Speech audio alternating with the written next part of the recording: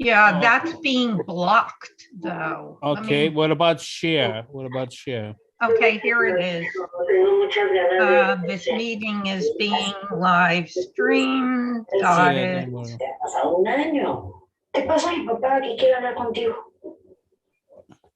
All right.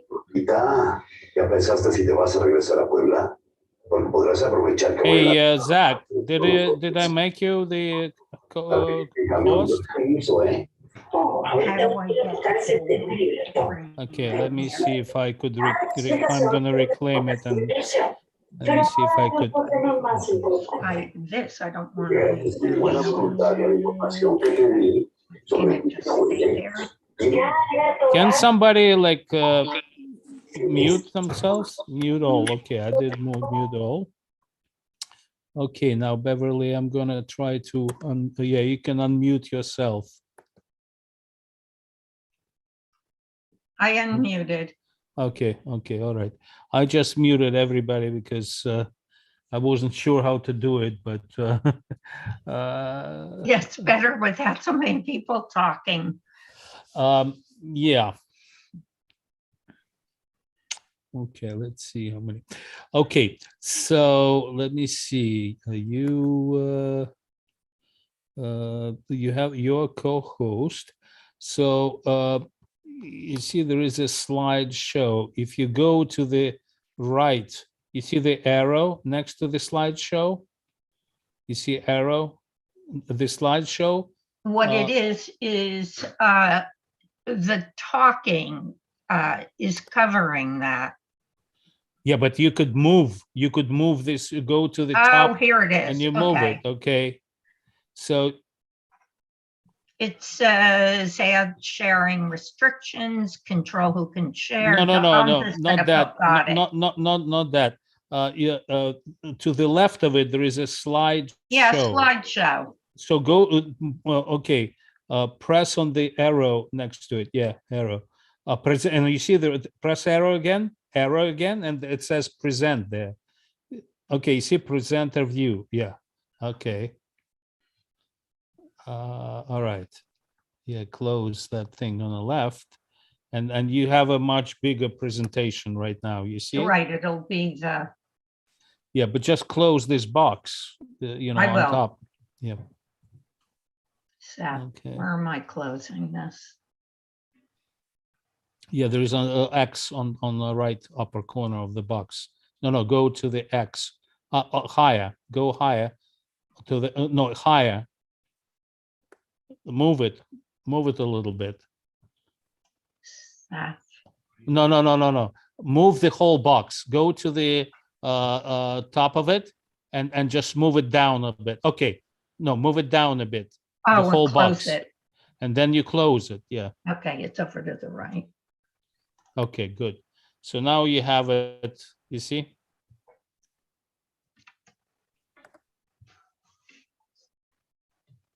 How does this look? Yeah, looks good. Looks good. Everything is good. Okay, so we're still where's what? How to start it. You're in it. Okay, no, right now, all you need to do if you want to move it, use your arrow. Yes, keys. I know. So you don't need to do anything else. With your pointer. Do you want your pointer? And here's I have my pointer.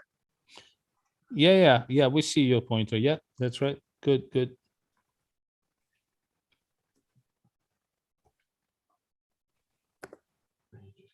to advance the pages. Okay. You don't have to click that. You could just click the mouse anywhere. How can I get out of this? What is it? Just to get out of it though. You don't need it. Does it look clean, Greg? Yeah, it looks good.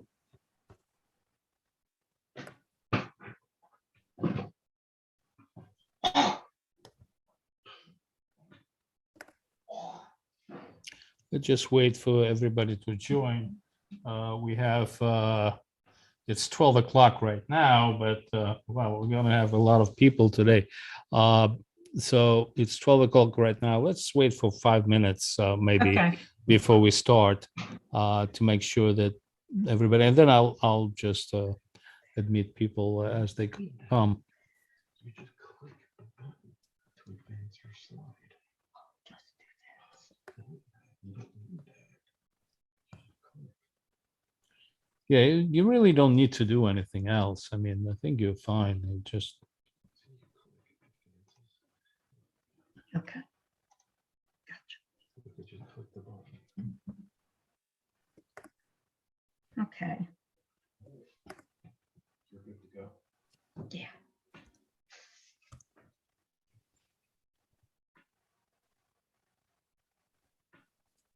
Is Zach joining?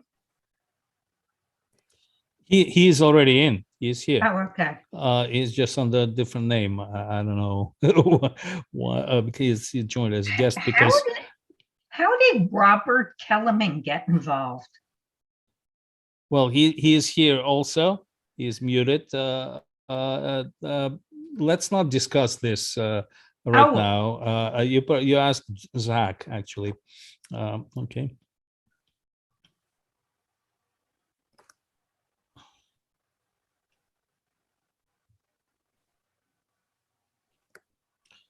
Okay.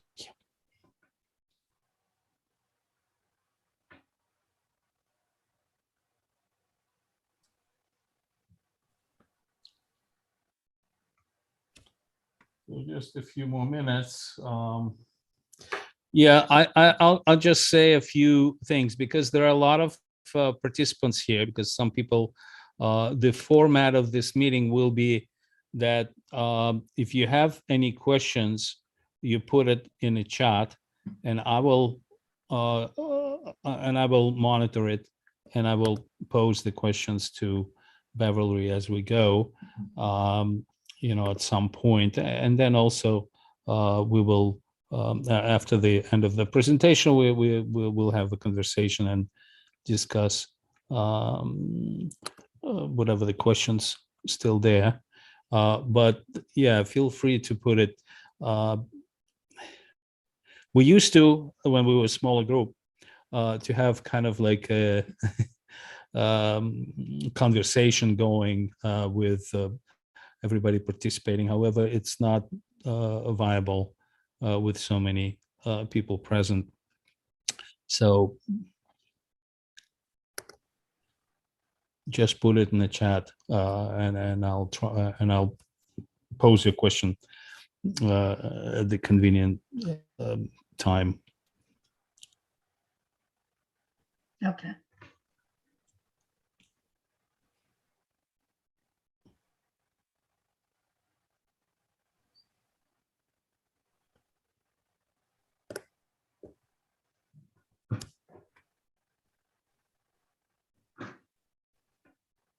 Just one more minute.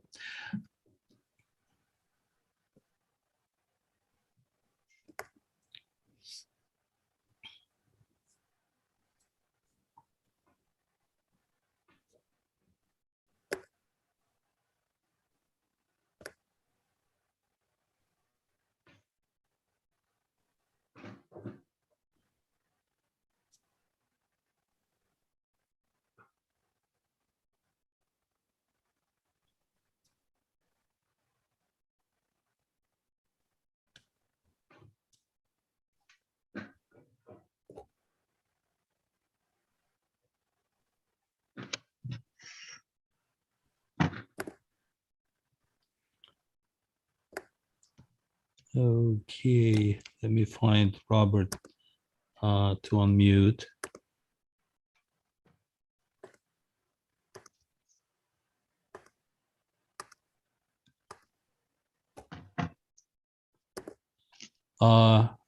Yeah, Robert Kellerman, you can unmute yourself.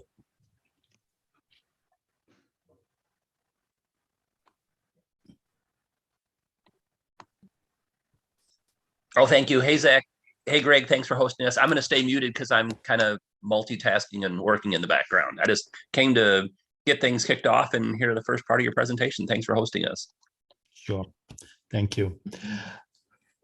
Okay, people are joining. It seems that maybe we should get to starting. So I'd like to repeat the rules. So Beverly will be a presenter on this subject, slavery in ancient Rome, and actually it's a little more than that, slavery in general in ancient world.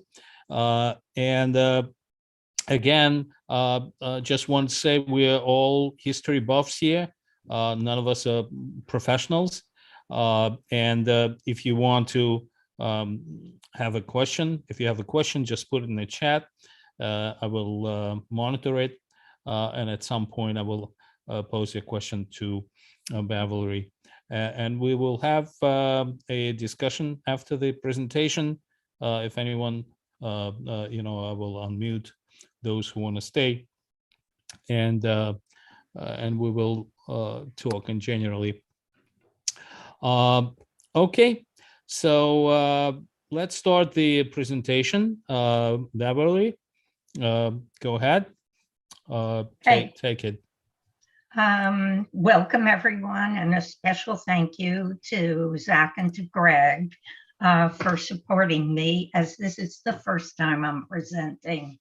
I've been a history buff all of my life, and when Zach asked if I would be willing to present, I decided to take on the challenge. And the challenge was slavery in, excuse me, ancient Rome. I guess before going any further, presently, most people would agree that owning another person for one's own purposes is something that we abhor and don't support. Now, in the time in which we're living, it's no longer called slavery, but we definitely have exploitation of others. The name may have changed, but essentially it's still a very similar practice, although it's used in trafficking of young girls, of drugs, and so forth. Right now, we're going to travel back to ancient Rome. Here are some representative slides, and I guess images. And I guess this one is a place to begin. And this was the Roman Empire at about 117 AD at its full extent of all the lands that had been conquered.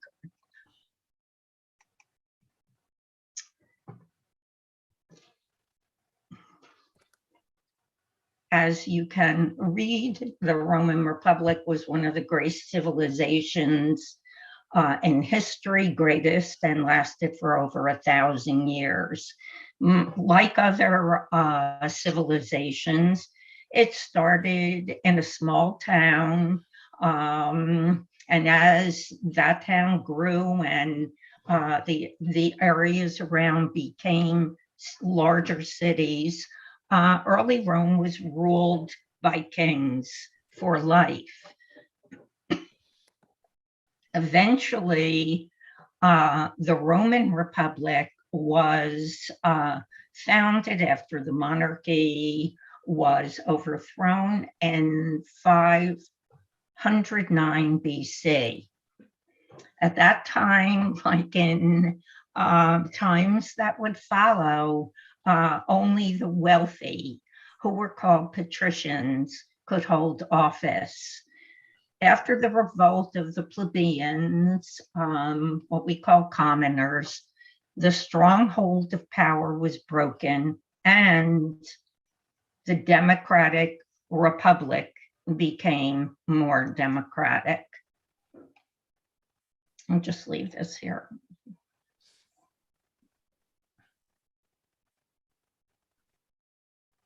Greg, you want to talk about SPQR?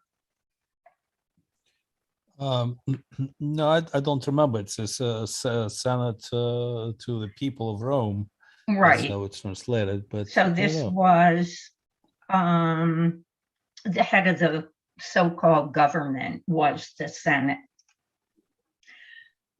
I felt that I didn't want to just jump into slavery in Rome because slavery existed way before it appeared in Rome. And in my reading, slavery probably began when hunter-gatherers settled down and land became used for agriculture. So the oldest, and there may be older, but the oldest known slave society was the Mesopotamian and Sumerian civilizations located in now in what's Iran and Iraq, somewhere between 6,000 to 2,000 years BC. And the reason that's noted is because this is the first time that there's any written language about slavery. So King Hammurabi in 1754 wrote a code, and essentially, I guess we could call it a code of laws. In this oldest known written reference of slavery, it states by Hammurabi, if anyone takes a male or female slave of the court or a male or female slave of a freed man outside the city gates, he shall be put to death. The Code of Hammurabi is recognized for lex talionis, or eye for an eye justice, so that if under a dispute, your neighbor kicked out your teeth, you had every right to kick out his teeth. The law contains 282 case laws with legal procedures and penalties. These laws and punishment depended on social class. The code was written in the old Babylonian dialect of Akkadian and is etched into a 7-foot high stone, actually it's basalt, stele. It's on display at the Louvre as sometime in the 1800s, I believe. It was a French archaeologist who unearthed it. On the left is the image relief of Hammurabi, and with him is the Babylonian sun god and god of justice. To the right are about 4,130 lines of cuneiform text. So from there, although this would be hundreds and hundreds and hundreds of years later, I felt it was important to touch on slavery in ancient Greece, and the thoughts said by Aristotle. I'm going to try and say it in Greek. It's katema tiensa ukon, which means animate property, living tools, property that breathes. Aristotle definition of slavery. He was the first Greek philosopher, one of the first who attempted to justify slavery. He thought that slavery was natural and that human beings came in two types: slaves and non-slaves. Aristotle, who defended democracy and political freedom, believed the goal of civilized man was to live a life of leisure so he could pursue higher things in life. This life of leisure was to be attained by slaves. He believed the laws of nature determined that free men should rule and dominate slaves and women. And in my reading, it was noted that the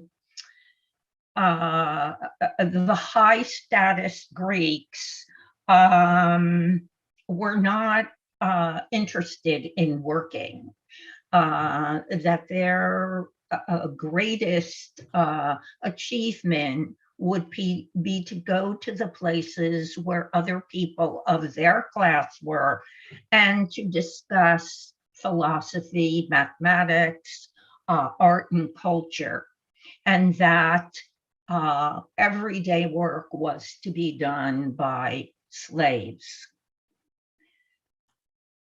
In his writing Politics, he says, "For that some should rule and others be ruled is a thing not only necessary, but expedient.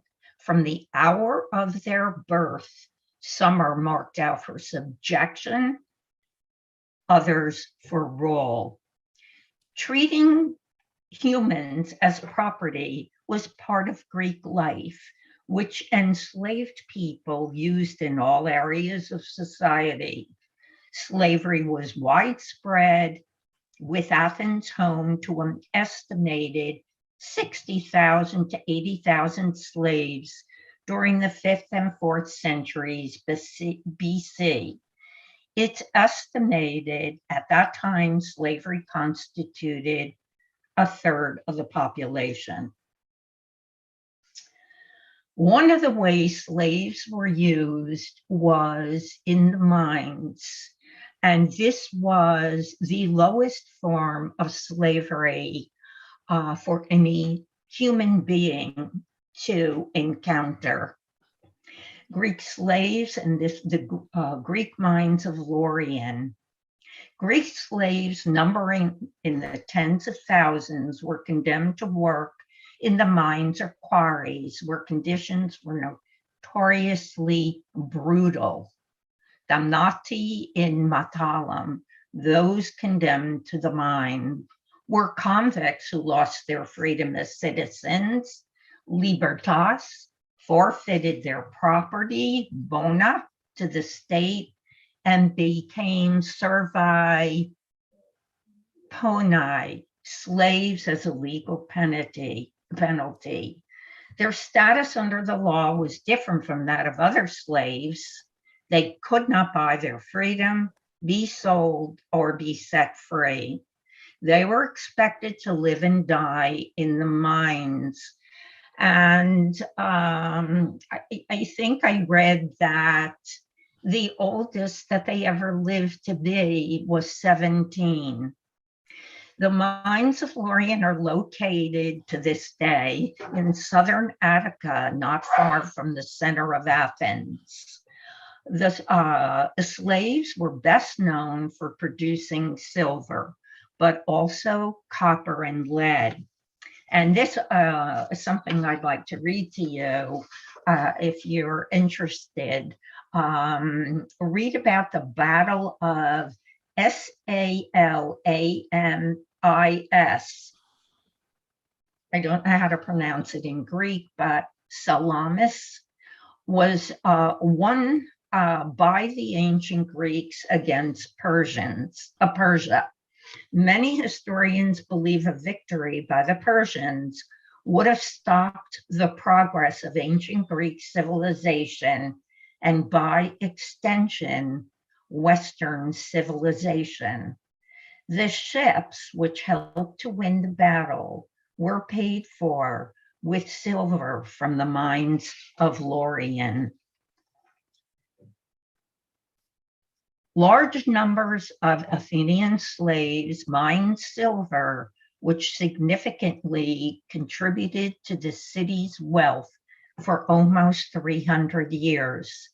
Slave miners, including children who worked under terrible conditions, suffered and often died after just a few years. So on the bottom here are tetradrachm, silver coins dating back from 454 BC to 404 BC. And over here is a subterranean border pillar. And inside one of the 2,000 plus tunnels of Lorien. Beverly, Yes. if I may, there was a question in the chat. What was the difference between slaves and women? I mean, at their position. That's the question. I can give my take on that, but maybe you could add to that while I'm saying it. First of all, women were not who were not slaves but just wives. They were not exposed to the hard labor like on mines. They were living in home. They also were managing house slaves, so they had definitely higher position. But women in offense didn't have much rights. They were not considered full citizens. They didn't have right to vote. They couldn't hold property. But certainly it's not the same. They were very much oppressed, but it's definitely not the same level. I'm sorry. Ahead. No, go ahead. That's true. Women had absolutely no rights. While they certainly, the only women who were slaves were prostitutes, and that was male and female. And of course, not having any rights as women was just made even worse by also being a prostitute. Women in the homes who were fortunate enough, and it was seen as a status symbol actually to have slaves. So even for people who weren't slaves and who weren't part of the upper class, who of course could have hundreds and hundreds, as soon as a maybe typical, what we might call middle class household was able, they acquired slaves. There is another question here. Why children were in silver mines? Have they committed crimes? So why no, they were the children of those adults who were in the mines due to whatever crime they committed. Often it was stealing. Okay, let's go on.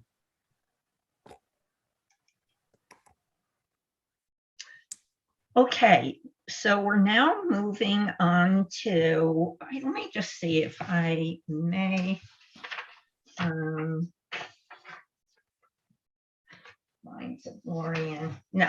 So now we're moving on into slavery in Rome. I think you went down too much. Did I?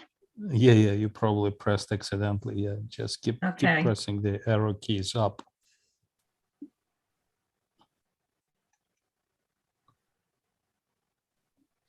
No, it's arrow keys. You just press it more and more up to move to the higher slides. Oh, okay. I don't know. Maybe I did. No, this is. I can. You know what? I could do this and then go back one. No, do you see it? Do you see it right now? Somehow I have a control of it. Well, here's slavery in Rome. The slide before it is, Okay, which it is looks like older. it looks like. Do you have a control of it? Can you move the slides? Yes, Oh, okay. Yeah. Go ahead. Sure. Go this ahead. is the Law of 12 Tables, Okay. which was written in 449 BC. So this is actually older than the next slave, the next slide, which talks about slavery.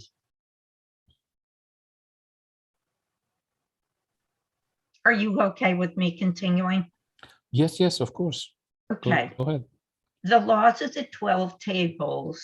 The laws of the 12 tables was Rome's oldest legal code, inscribed on 12 bronze tablets in 449 BC. And here's an image of a sculpture of people reading the 12 tables. They were laws that addressed and protected the rights of citizens concerning debt, land, public treason, succession, and guardianship, regardless of social class. The 12 tablets relate to modern laws because it acknowledges rights of individuals. However, it also makes brief reference to slavery, indicating that the institution was of long standing. Slaves were were considered property under Roman law and had no legal personhood. Unlike Roman citizens, they could be subjected to corporal punishment, sexual exploitation, since prostitutes were often slaves, torture, and summary execution. The testimony of a slave could not be accepted in court of law unless the slave was tortured, a practice based on the belief that slaves in a position to be privy to their master's affairs would be too vigorously loyal to reveal damaging evidence unless coerced. Over time, however, slaves gained increased legal protection. Questions or comments? Slavery in Rome. The 1st century BC Greek historian Dionysius indicates that the Roman institution of slavery began with the legendary founder Romulus, giving Roman fathers the right to sell their own children into slavery, and kept growing with the expansion of the Roman state. Slave ownership was most widespread throughout the Roman citizenry from the Second Punic War, 218 through 201 BC, to the 4th century AD. The Greek geographer Strabo, 1st century AD, records how an enormous slave trade resulted from the collapse of the Seleucid Empire from 100 BC to 63 BC. And these are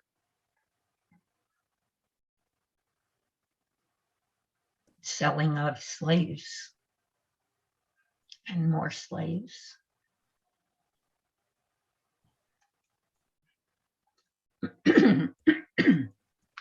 Excuse me. Varied fortunes. Most slaves came from the spoils of war, kidnapping, with no distinction of place of origin. The living conditions of slaves were linked to their occupations.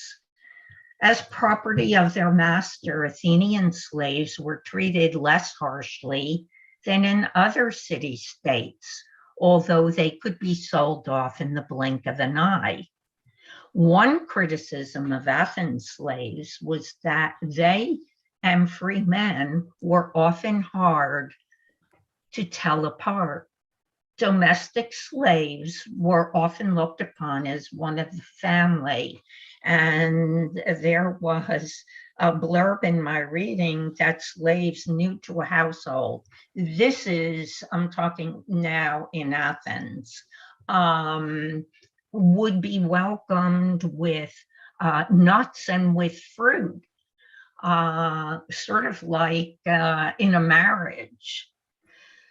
Different Spartan on Sparta, slaves called helots, whose origin is not clearly known, form the basis of the agricultural economy.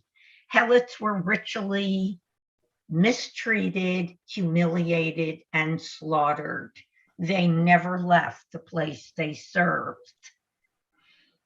This would be debt enslavement, absolutely in Roman slavery. I suspect as well in Greek slavery. You had debt enslavement, a falling behind on rent that you may have leased from a landowner. Then there were the chattel slaves that were owned by masters and seen as possessions, sort of like the slaves and in the tradition that we've known them. Prostitution included both male and female slaves. Prostitutes had the option to work in brothels, but offered also their services on the streets. There were also higher class prostitutes called heterae, defined as female companion. They were well educated with talents in the arts. A note about this group of female companions, they were looked upon as courtesans.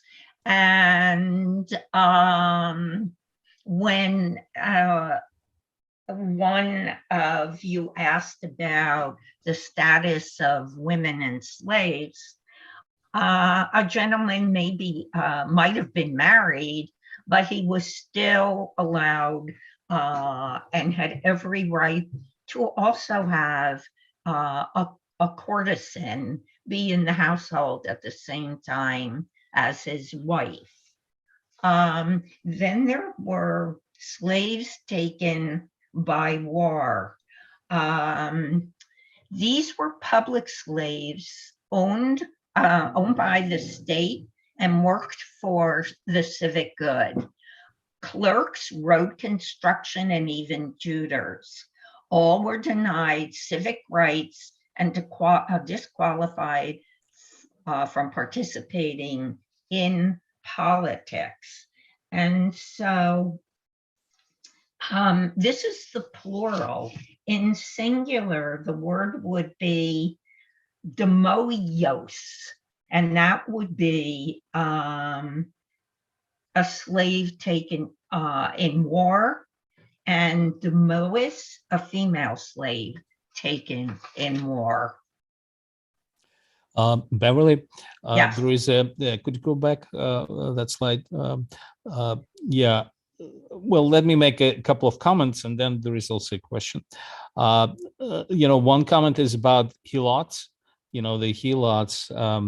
A lot of them were citizens of neighboring states conquered by Sparta in the 6th and 7th century, called Messenia. So they were Messenians. It was very large territory, large population. And they were mostly helots. They became helots as slaves of the state and of different people.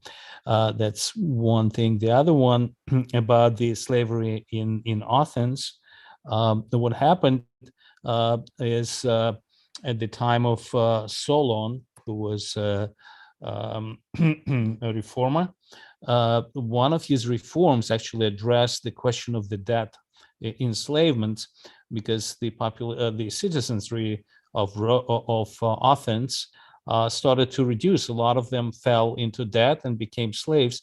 So a big part of his reform was that no Athenian citizen could be made slave in Athens. So that was big change, and that's what they call reforms of Solon. Prior to Solon, you may have heard there was a tyrant called Draco, and who actually had very I would say we have actually the word draconian law. It comes from his name, because almost every crime, serious and less serious, was punished by execution or something, like very harsh laws. So it was changed with the Solon reforms with regards to many aspects of it, but that enslavement for the Athenian citizens were outlawed. So, of course, all the slaves were not Athenian citizens since then. Now, the question was the heteras. I just wanted to add a little bit to what you said, Sure. and thank you so much for speaking about Solon. There came a point where soldiers were needed, and because so many people were caught in debt enslavement, that he actually he released something like 800 slaves from Sparta, Greek slaves. Okay, Beverly, there is a question here about the high-class prostitutes, heteros. Were they, could they be male or only female? Do you know? That I don't know. I know that all of the images I've seen were women. Male prostitution was a big part of Greek life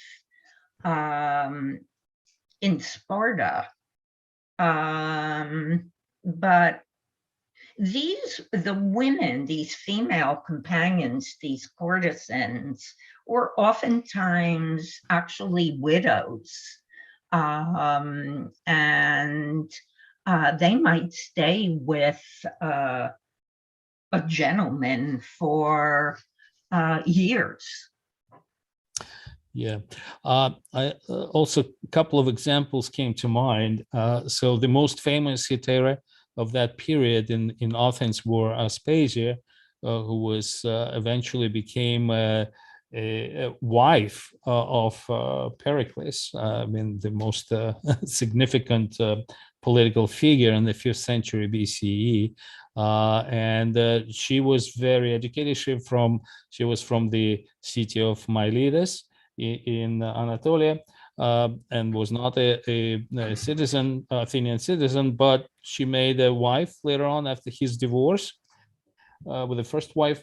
And the reason he married her, because he valued not only her as a woman, but also as a very keen observer and political. She had a very interesting political opinions, and she was basically his advisor. So with regards to the male prostitution, probably one of the most famous examples of male prostitution was a philosopher Phaedo. So he was a follower of Socrates, and actually Plato had the whole dialogue devoted to him.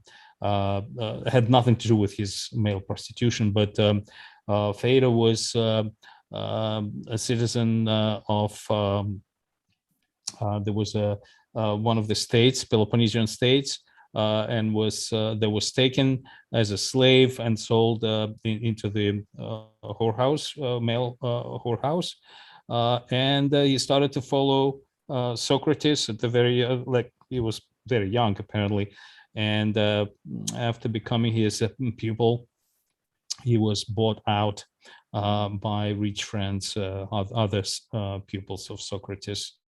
So that's one of the most famous. I forgot the name of the city, but it's in the northwest of Peloponnesus. Thank Okay. you. Shall I continue? Yes, please. Okay. Seneca,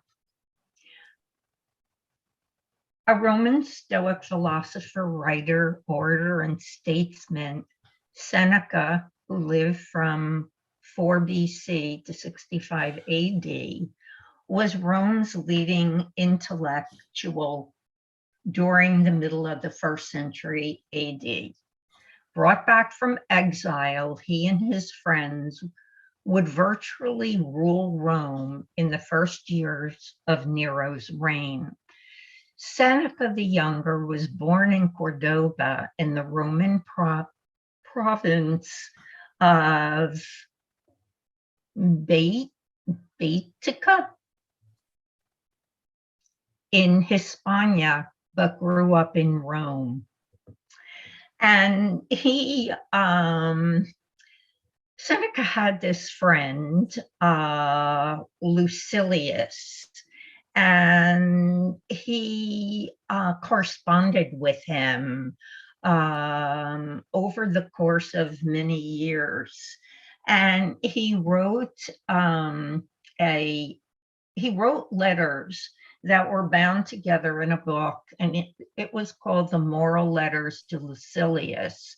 It's been said that he didn't write these only as personal letters to a good friend, but that he hoped that they would be made available to a wider audience.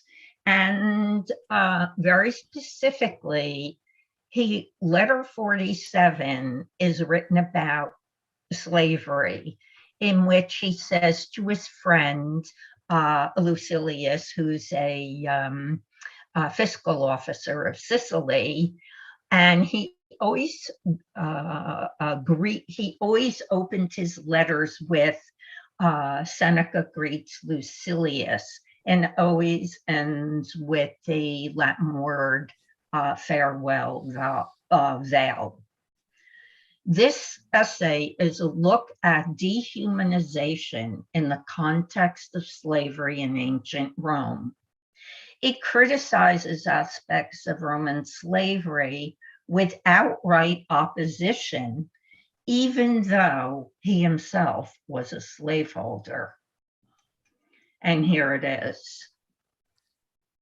On physical slavery, Seneca's letter number 47, quote, reflect, if you will, that man whom you call your slaves was born of the same seeds as you, enjoys the same sky, breathes, lives, dies, just as you do. It is possible that you will see him a free man, and equally possible that you will see him enslaved. The fortunes of those you despise may come upon you at any time. I will not evaluate them not by their jobs, but by their character, just as one would be foolish to consider buying a horse when one hasn't inspected the animal itself, but only its saddle and bridle. So it is extremely foolish to judge a human being by his clothing and his position in life. For position is only one more garment that surrounds us.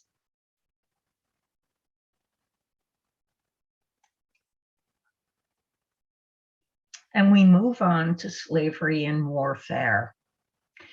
Throughout the Roman period, many slaves for the Roman market were acquired through warfare. Many captives were either brought back as war booty or sold to traders, and ancient sources cite anywhere from hundreds to tens of thousands of such slaves were captured in each war. Piracy has a long history of adding to the slave trade, and the period of the Roman Republic was no different.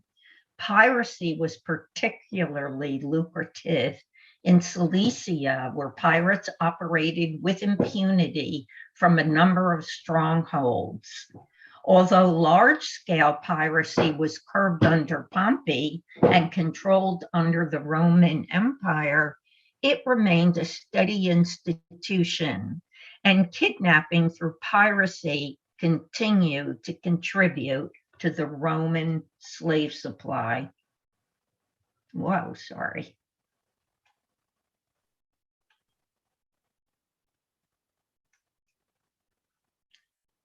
Trade and economy. During the period of Roman imperial expansion, the increase in wealth amongst the Roman client and the substantial growth of slavery transformed the economy.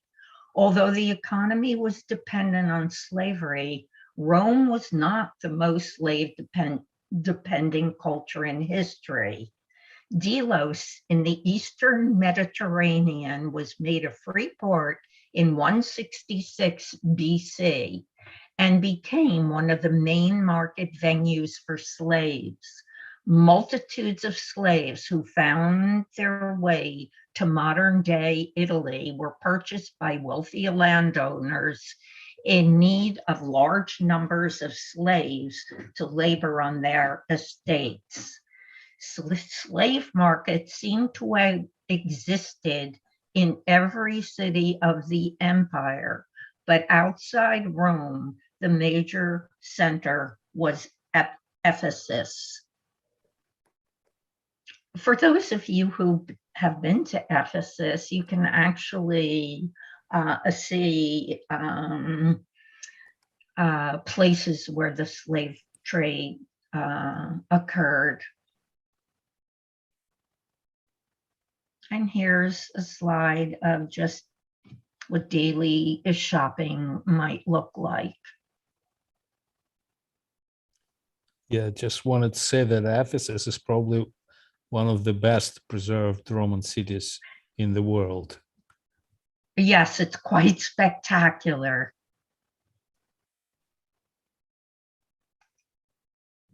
Slave demographics.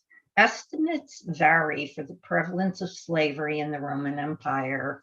The percentage of the population of the Roman Republic who were slaves ranged from 30 to 40% in the first century BC. For the empire as a whole, during the period between 260 to 425 AD, the slave population has been estimated at just under 5 million, representing 10 to 15% of the total population of 50 to 60 million inhabitants.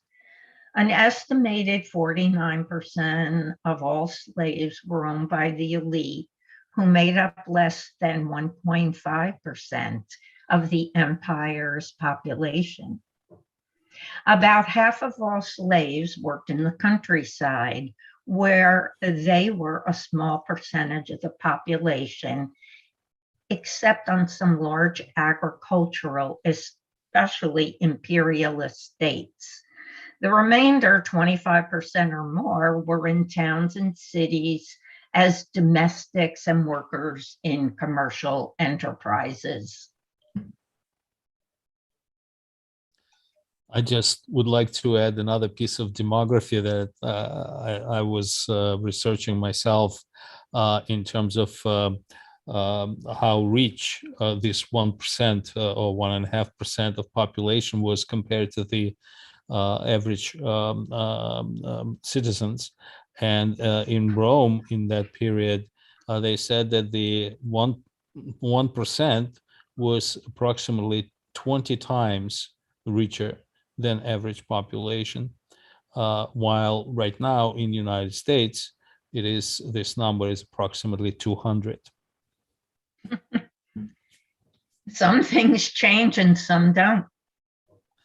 Well, right now, the richest 1% is way more richer than the average population than it Right. used to be during the Roman times, 10 times richer.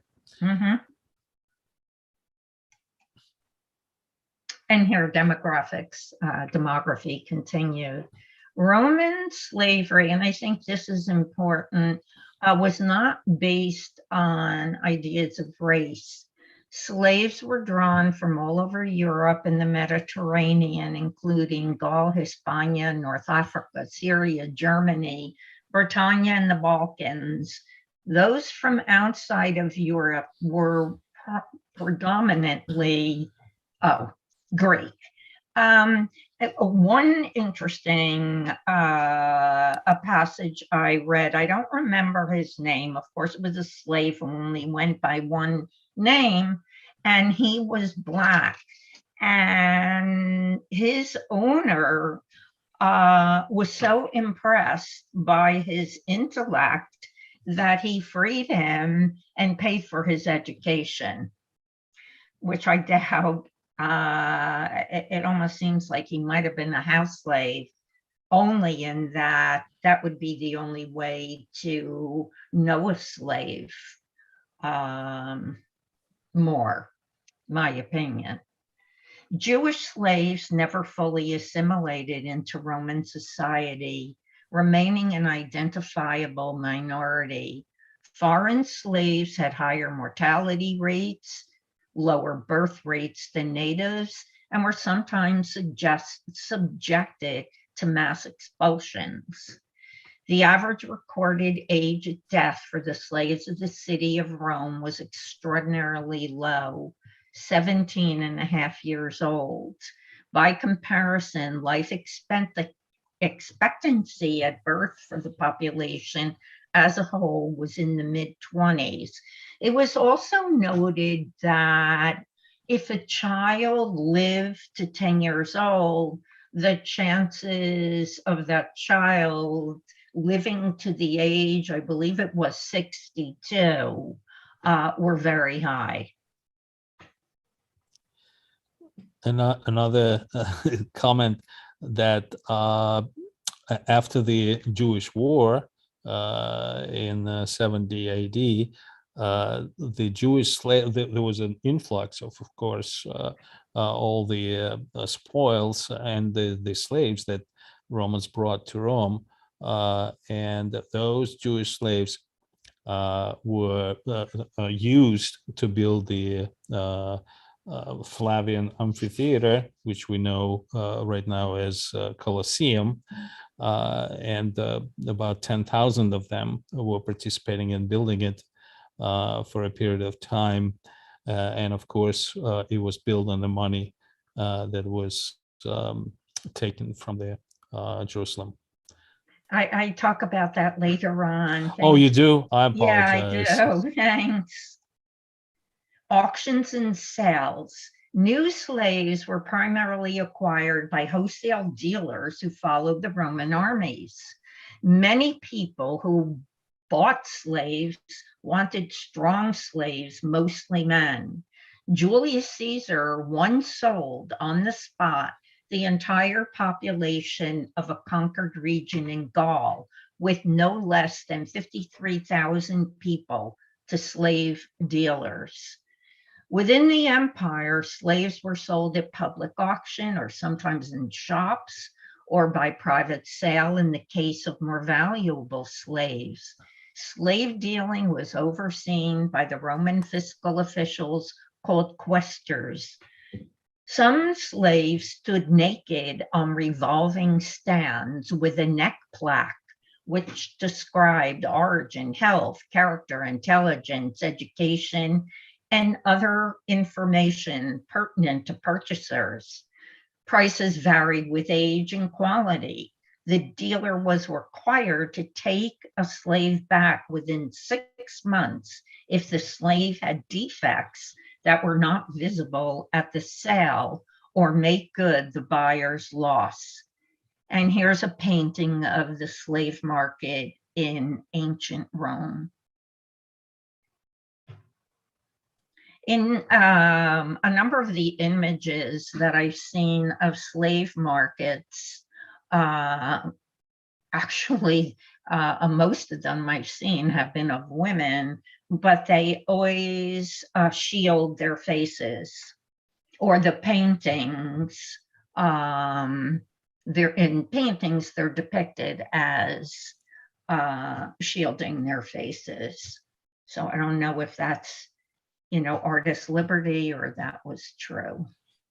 Beverly, there is a question here. I don't know how true that is, but it says, why did slave buyers wanted mostly men? I don't know if that's because of their strength, because they would be able to do physical work that required far more strength than physical strength than that of a woman. They were used to construct houses. They were used in industries where you need brute strength. The female slaves, if they weren't prostitutes, they were working in homes.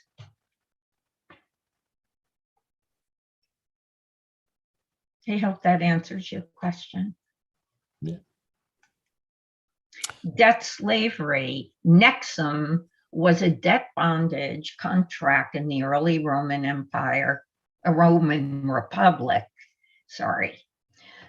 Within the Roman legal system, it was a form of emancipation. I guess you would call it manumission. Though the terms of the contract would vary, a free man pledged himself as a bond slave as surety for a loan. He might hand over his son as collateral. Although the bond slave could expect to face humiliation and some abuse, as a legal citizen, he was supposed to be exempt from corporal punishment. Nexum was abolished by the Lex Potelia Pauperia law that abolished the contractual form of debt bondage in 326 BC. And of course, all of this writing is in Latin, which was the spoken language. Types of work and labor. Slaves worked in a wide range of occupations that could be roughly divided into 5 categories: household or domestic, imperial or public, urban crafts and services, agriculture and mining. Epitaphs, or stelae, record at least 55 different jobs a household slave might have, including barber, butler, cook, hairdresser, handmaid, wash their master's clothes, wet nurse or nursery attendant, teacher, secretary, seamstress, accountant, and physician. A large elite household, a house in town or a villa in the countryside, might have a staff of hundreds. In urban workplaces, the occupations of slaves included fullers, engravers, shoemakers, bakers, and mule drivers and prostitutes. Farm slaves probably lived in more healthful conditions. The workforce of a farm would be mostly slaves, managed by a villicus, steward of a farm estate, who was often a slave himself. And here's an image. Whoops, sorry. Oh, no. Okay, let me just move down a little. Oh, yikes. So here's an image of a slave pouring maybe wine, or looks like wine, to, No, I can't do that. Could be oil. It could be oil or a wine or water. There, it looks like, no, another, what is it called? An amphor that carries liquids.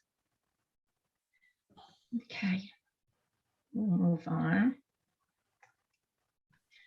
Slaves of the mines, numbering in the tens of thousands, were condemned to work in them or quarries where conditions were brutal.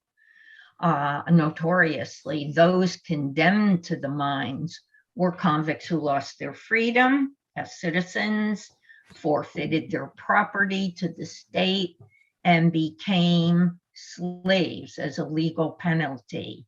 Their status under the law was different from that of other slaves. They couldn't, I think they were expected to live and die in the mines. I think I spoke about this earlier, and here you can see. And I guess when I was doing research, someone, the writer of this article, spoke about taking not the modern road to where the mine of Lorien was, but actually took the old road, the harder over the miles and miles, rather than getting there quickly. Servus publicus was a slave owned by the Roman Republic. Public slaves worked in temples and other public buildings, both in Rome and in the municipalities. Most performed general basic tasks as servants to the College of Pontiffs, magistrates, and other officials. Some well-qualified public slaves did skilled office work, such as accounting and secretarial services.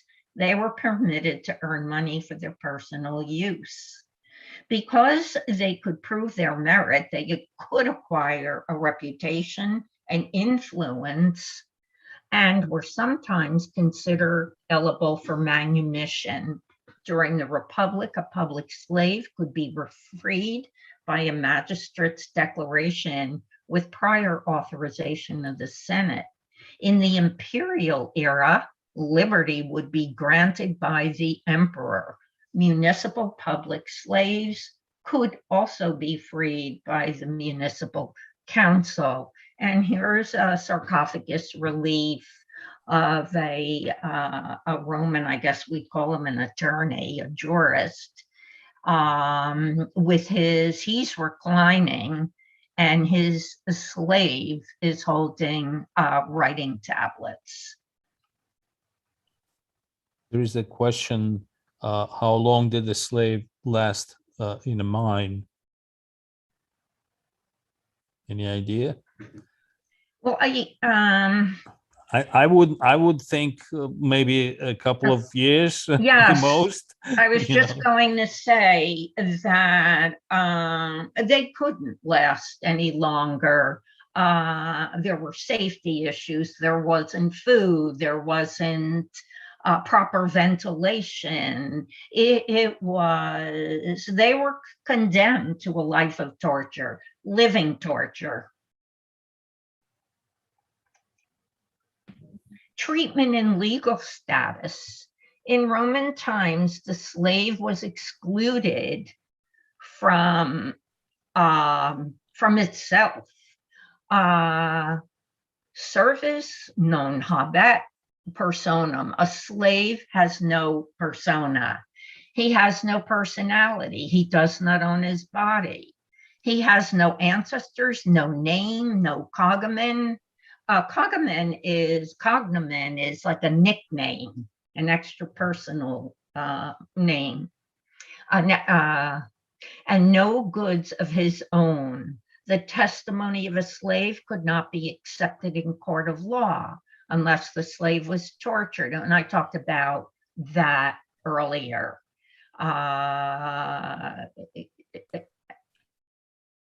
that he'd have to be coerced because he wouldn't reveal.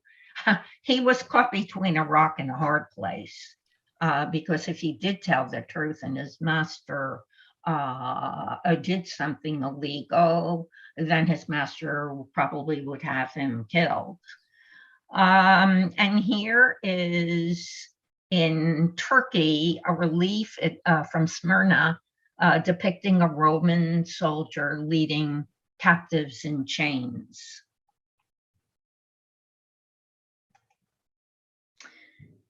Cicero and Tiro, some slaves developed close relationships with their masters built on mutual respect, including the famous orator and politician Cicero and his personal secretary. Here is, because I'm just going to move a little faster, his slave, Cicero, had genuine affection for his slave. Everyone in the family did. And here, this is a little fragment of one of his letters to friends. And here's Cicero. I am truly thankful for what you have done. Oh, his brother is saying this about Cicero regarding Tiro. In judging his former status to be below what he deserves and preferring us to have him as a friend rather than a slave. You know, there is a book, a novel by Robert Harris, where the life of Cicero told by his slave Tiro and secretary. He was his secretary. Tiro. So there is the whole novel built on very historical, by an author, a pretty famous author, Robert Harris. You know, I was surprised at how many books there are that have been written. I'm talking about historical fiction or about this time period. Yes, it's pretty well documented. Cicero was the most prolific author of antiquity. There is more survived from him than from anybody else. Right. As the republic grew, slaves were afforded more rights. They could hold property, even though they belonged to their masters. Educated slaves were allowed to earn money and might at some point buy their own freedom. A master could arrange that slaves could buy their freedom when they were too old to work, and then they could use the money to buy a new young slave, while the former slave unable to work would be forced to rely on charity to stay alive. And continuing. Several emperors began to grant more rights as the empire grew. Claudius announced that if a slave was abandoned by a master, he could be free. Nero gave them the rights to complain against their master in a court, although he did other terrible things.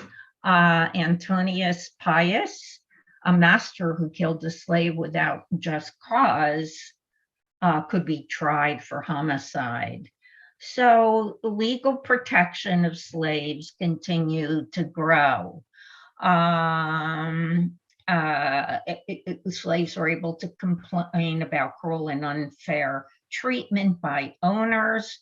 Attitudes changed because of some of the influence among the educated elite of the Stoics, whose egalitarian views of humanity extended to slaves.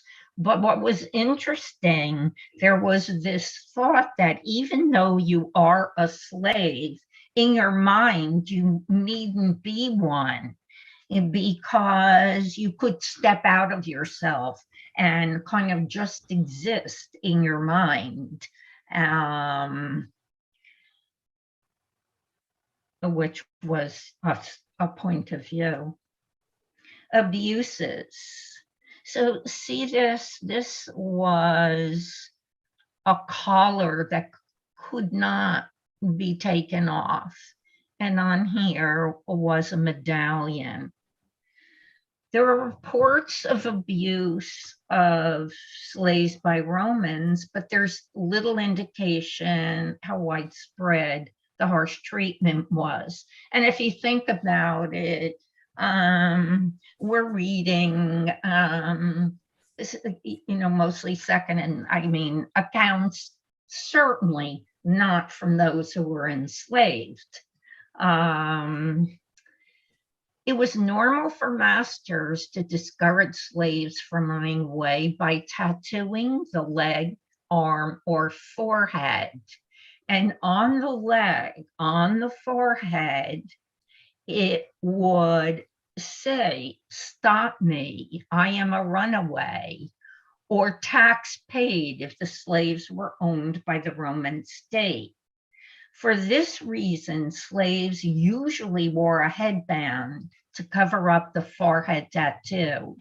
In Ephesus, at the temple of Asclepius, the Greek god of healing, archaeologists have found thousands of tablets from escaped slaves asking to make the tattoos on their foreheads disappear. Or they would, this is obviously something found at an archaeological dig, and these would remain, these could not come off.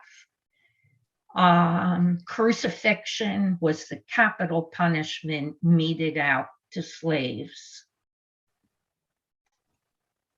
And then I thought that no presentation on slavery in ancient Rome would be complete without talking about gladiators, which were the rock stars of the Roman Empire.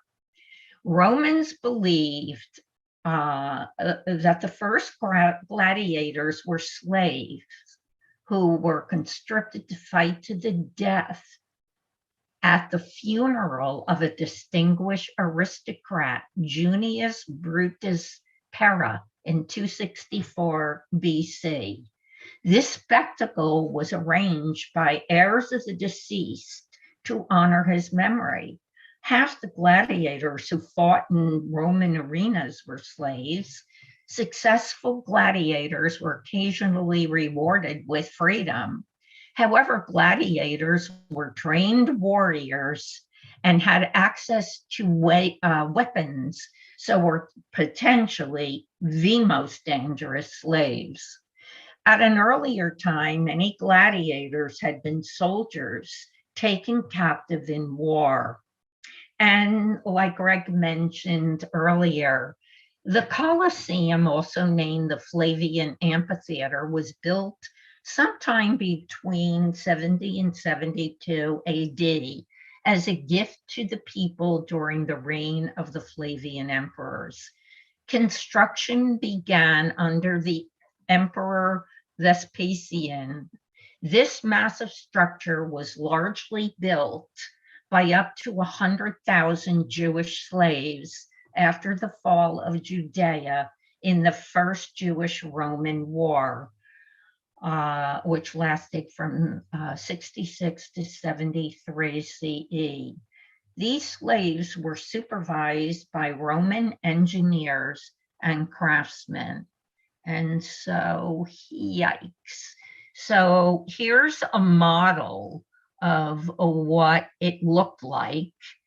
And here, of course, it is in antiquity.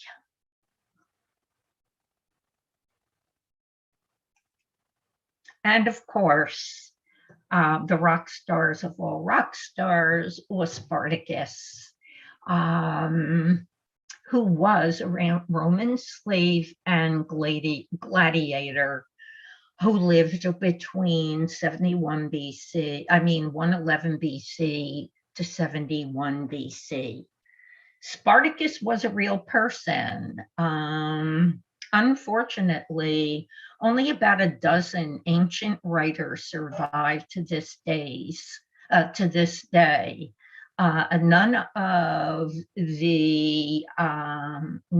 have been written by Spartacus or his supporters.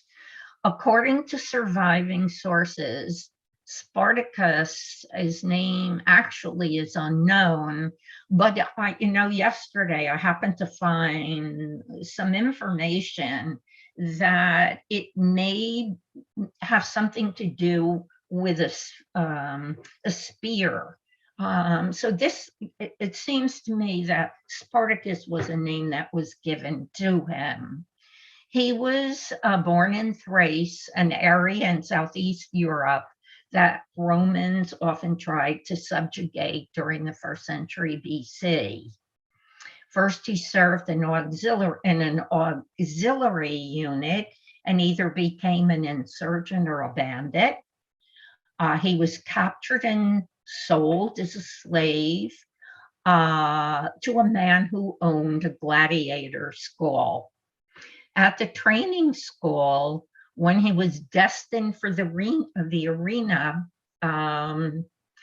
he and a band, which is what they were called, 70 other gladiators, organized a breakout. They were armed with knives, cleavers, and other makeshift weapons, which they took from the kitchen. They traveled to Mount Vesuvius, where he recruited 2 Celts who had also been gladiators.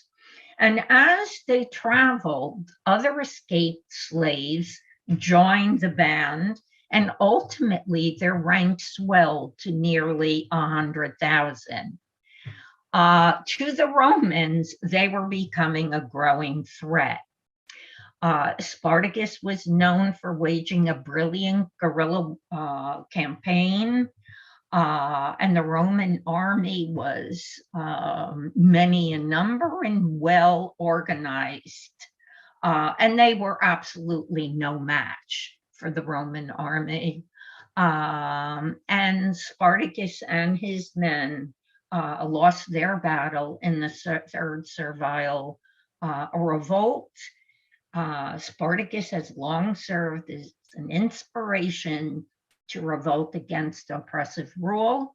He was considered a brave and able leader who fought against tremendous odds with remarkable success. And I think it's been said, when you mention ancient Rome, Spartacus is a name that many people will first recognize or say.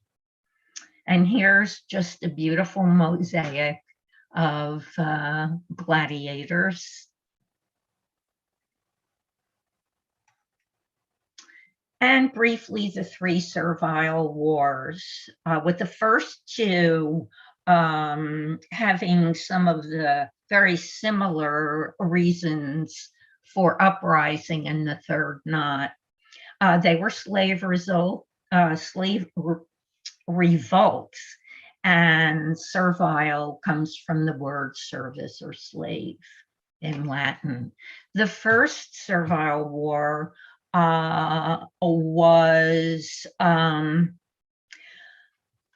caused mostly by changes in land ownership in Sicily.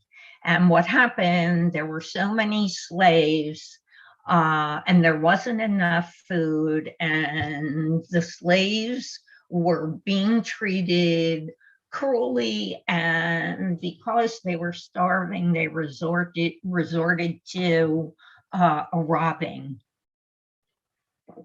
And it took place on Sicily, the island of Sicily in this area, led by a former slave from Syria, and a little off. He claimed he was a prophet, and then Cleon, a Cilician, who was his military commander. The next one. is the second servile war.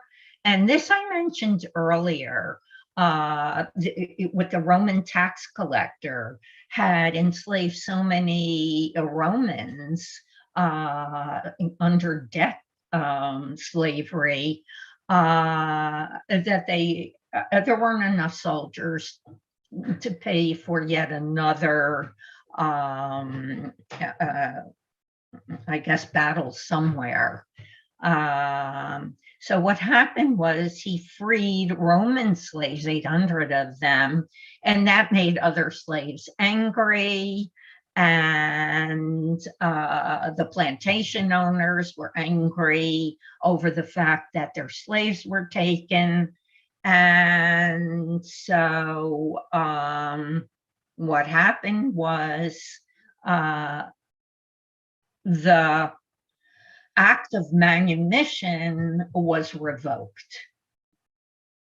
The sentence of manumission, which caused the slave population to result. So there wasn't going to be an opportunity to be freed. And this was the most famous, and this is the third servile war, was unrelated to the first two slave rebellions. This war was known as the Gladiator War or Spartacus Revolt. It was the only uprising to directly threaten the Roman heartland. It was alarming to the Roman Senate due to the successes of the rapidly growing band of rebels against the army. Most of Spartacus's army overran most of southern Italy and fought its way up the entire length of what we know as the Italian peninsula, the peninsula now. Knowing he'd die in battle, Spartacus kills his horse and he heads into battle by foot. He was killed, his body never found. After 3 years, Spartacus's army was defeated. 6,000 men survived the battle approximately, but were later captured, and it was mentioned earlier, they were crucified along the Appian Way. So obviously this is a portrayal of the crucifixion. This is the root of the slave result. They actually got as far as the Alps. Spartacus and his army. And here is probably a painting of the battle.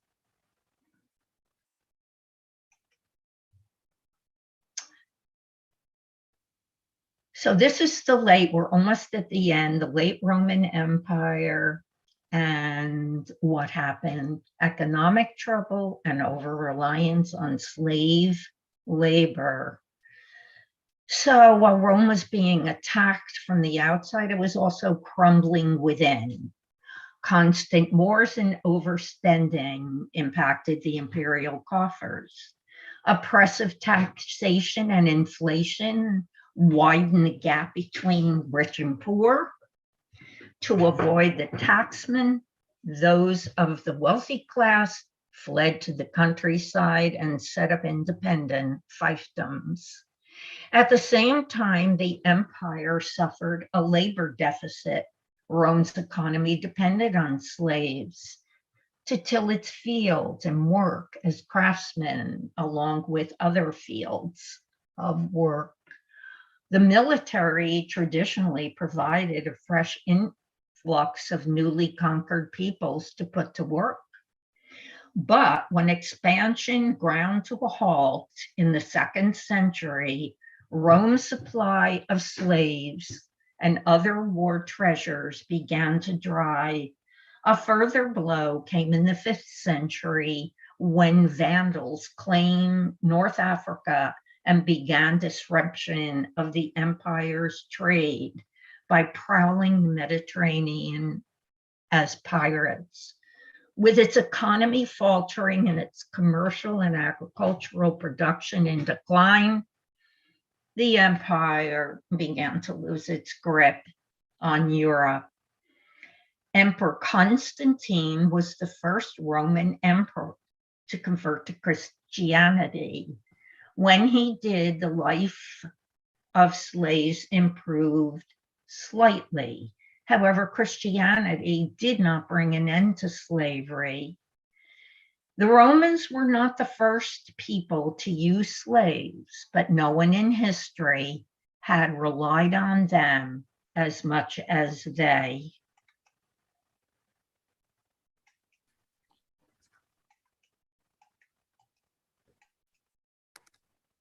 I should have 35 slides. Thanks.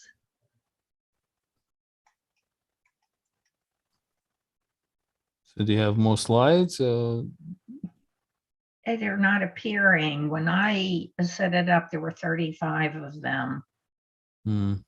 This may be it. Okay.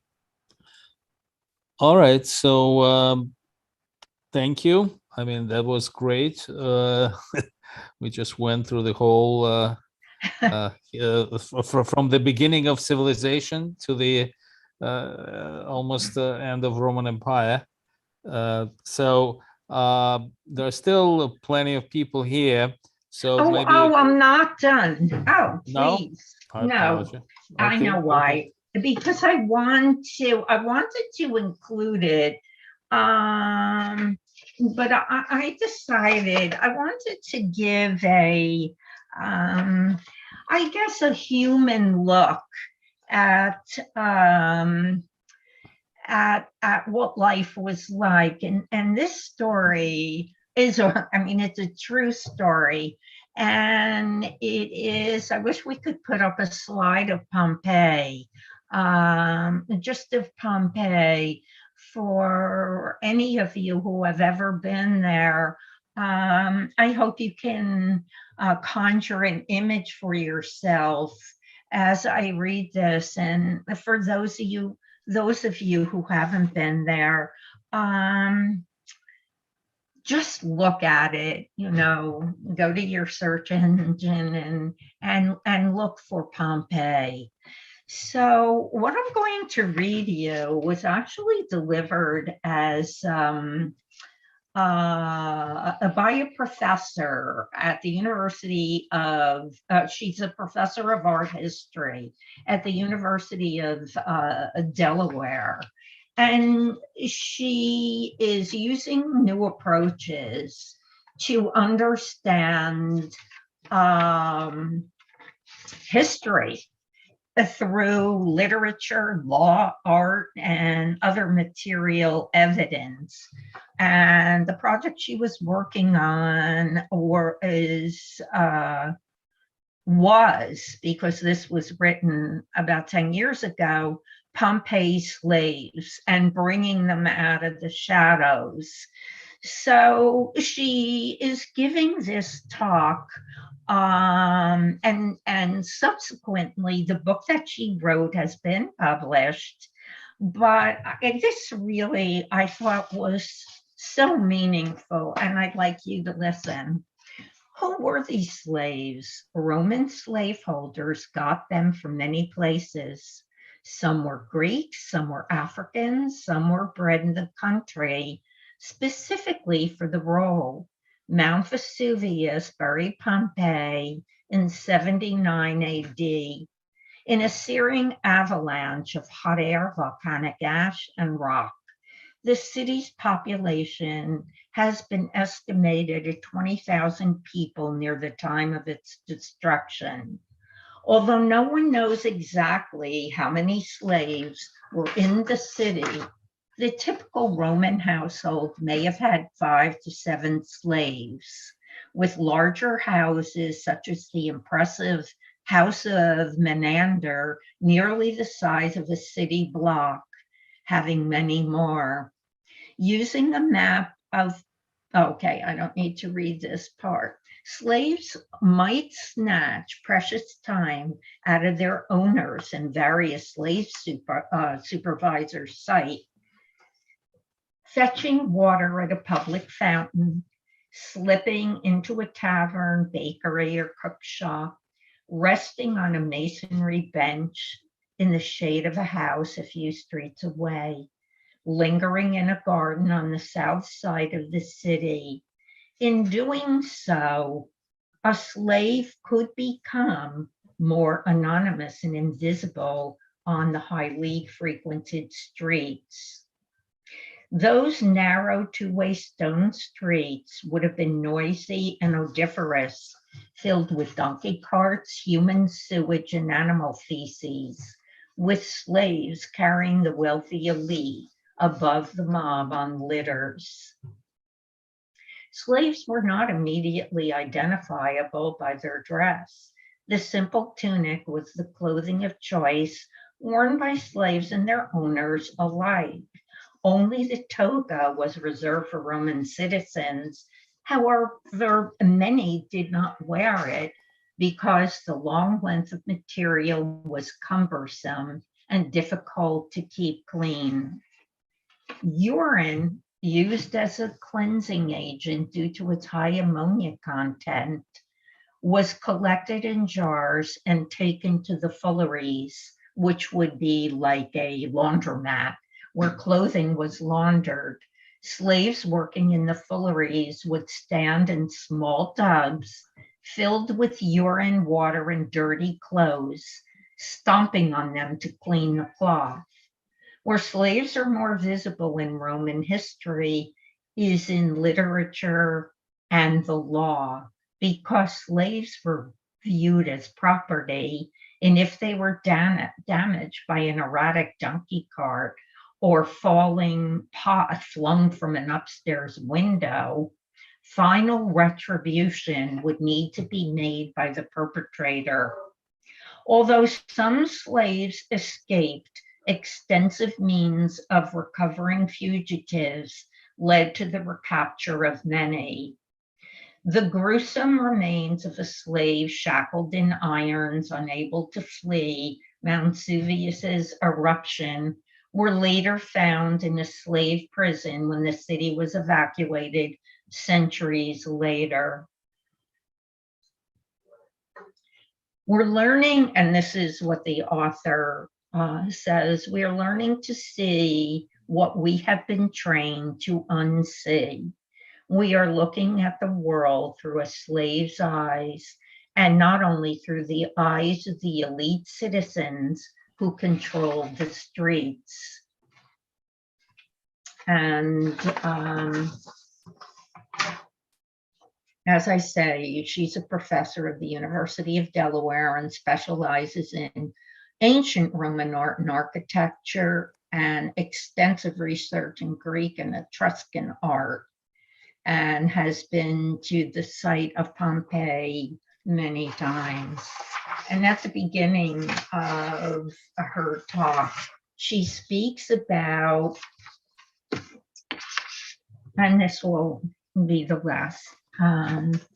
last part of this I'll read.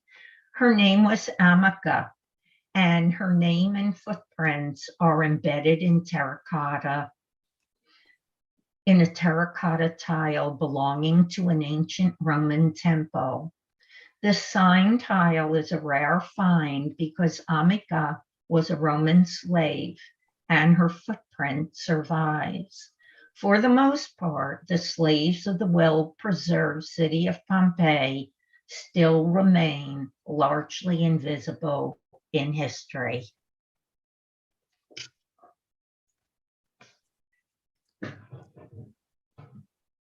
I'm finished. I hope you enjoyed. Sure. Actually, if you can look at the chat right now, there are some thank you notes there. So here is the last one. Oh, thank you. Yeah. So are you looking at it now? Just now, I just look. Thank you so much. Sure.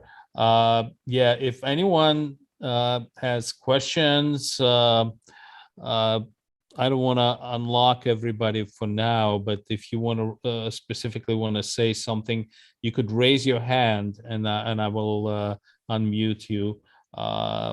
Otherwise, please put questions or comments in the chat, and Beverly.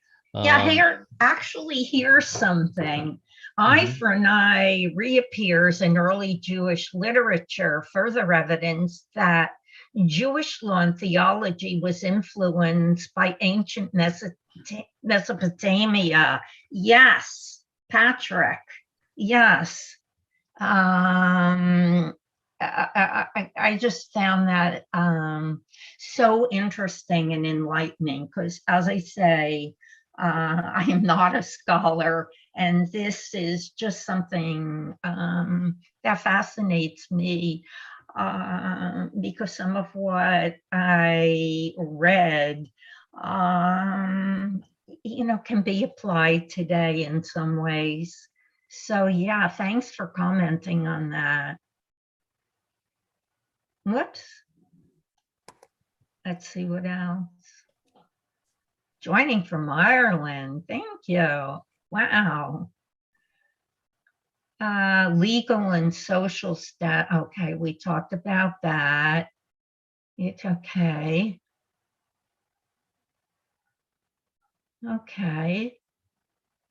You've also given me the pleasant task of doing some more reading.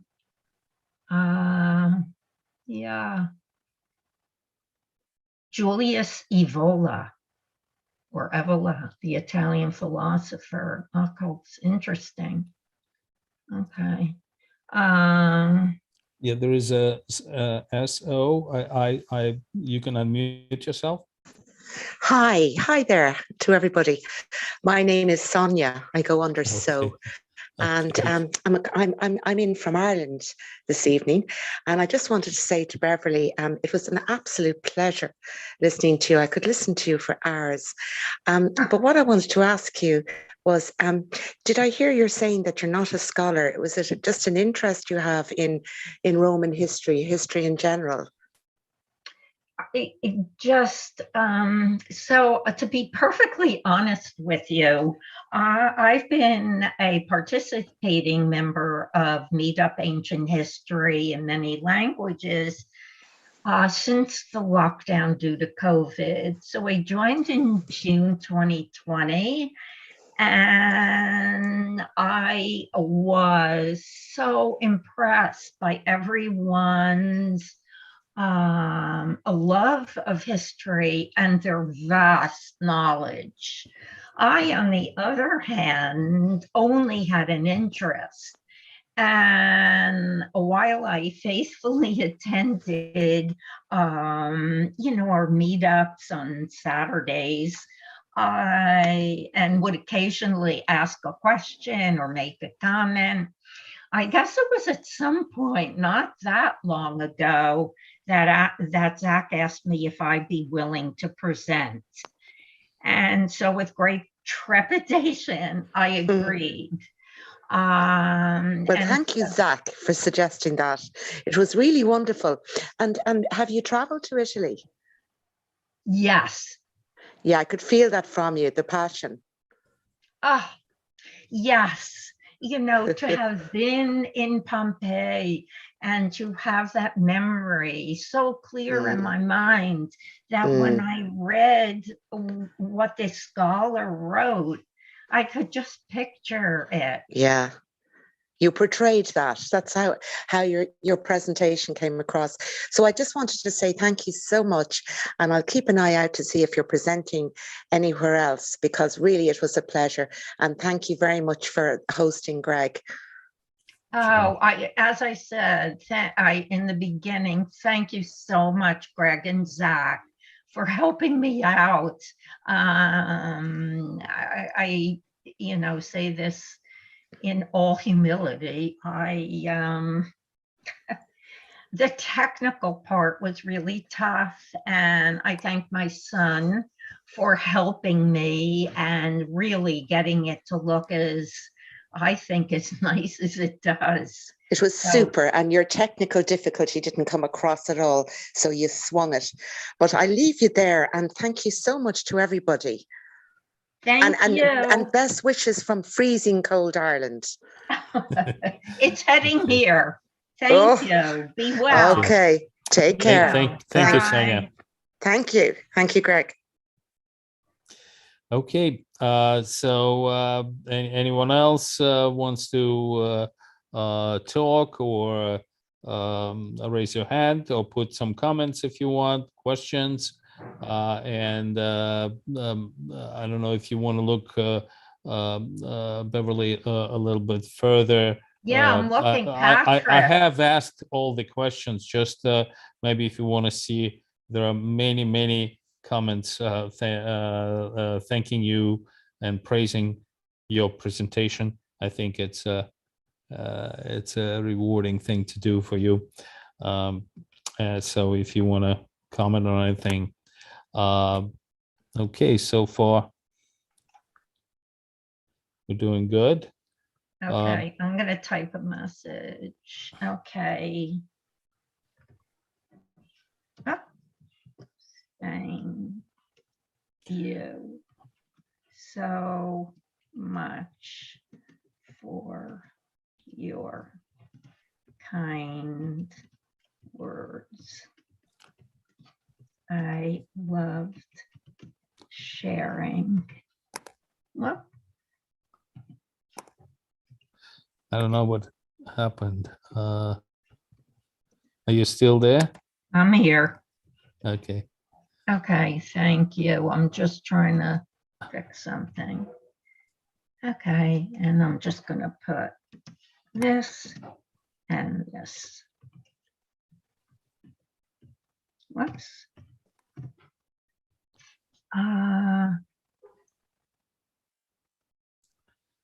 All right. So I don't know if you read everything, Beverly. We probably should close up soon because you know, I don't see any questions. But, oh, look, here's yes, somebody. definitely. Here's someone from England. Yes, sure. Super. Oh, excellent. And this super details. Thank you so much, everyone. Yeah, just yeah, there are many thank you. Great presentation from Lou Patalano. Very thought-provoking. Peter Hole, that was great. Thank you. I'm better informed. Eileen Martin, an excellent in-depth presentation on slavery with super detailed slide. Thank you, Eileen. Chester from West Sussex. I'm just barely reading it for your sake. Thank you. You don't have to keep going. Well, yeah, It's there are fine. so many things, praises here. You know, Oh, I don't know if you I'm have so glad. time. Well, Yeah. I worked really hard on this. Yes, definitely. All right. I think thank everyone for participating and for your interest. And definitely thank you, Beverly, for hard work. It went very well. Looks like people liked it. And Oh, I like what Marika said. Yes, children in the slave mines could, in the mines, could crawl into small places, right? Where she writes small children or children could squeeze, and I know she's talking about the silver mines. And Patrick, who definitely knows quite a bit on, certainly, yeah, I know that Greek men would marry, and the Romans as well, like a symbolic Demeter, fertility a goddess. Okay, so super. Everyone, all right. have a good day, and thank Sure. you. Yes, all the best to everyone. So I'm ending the session. Have a nice day. Take care.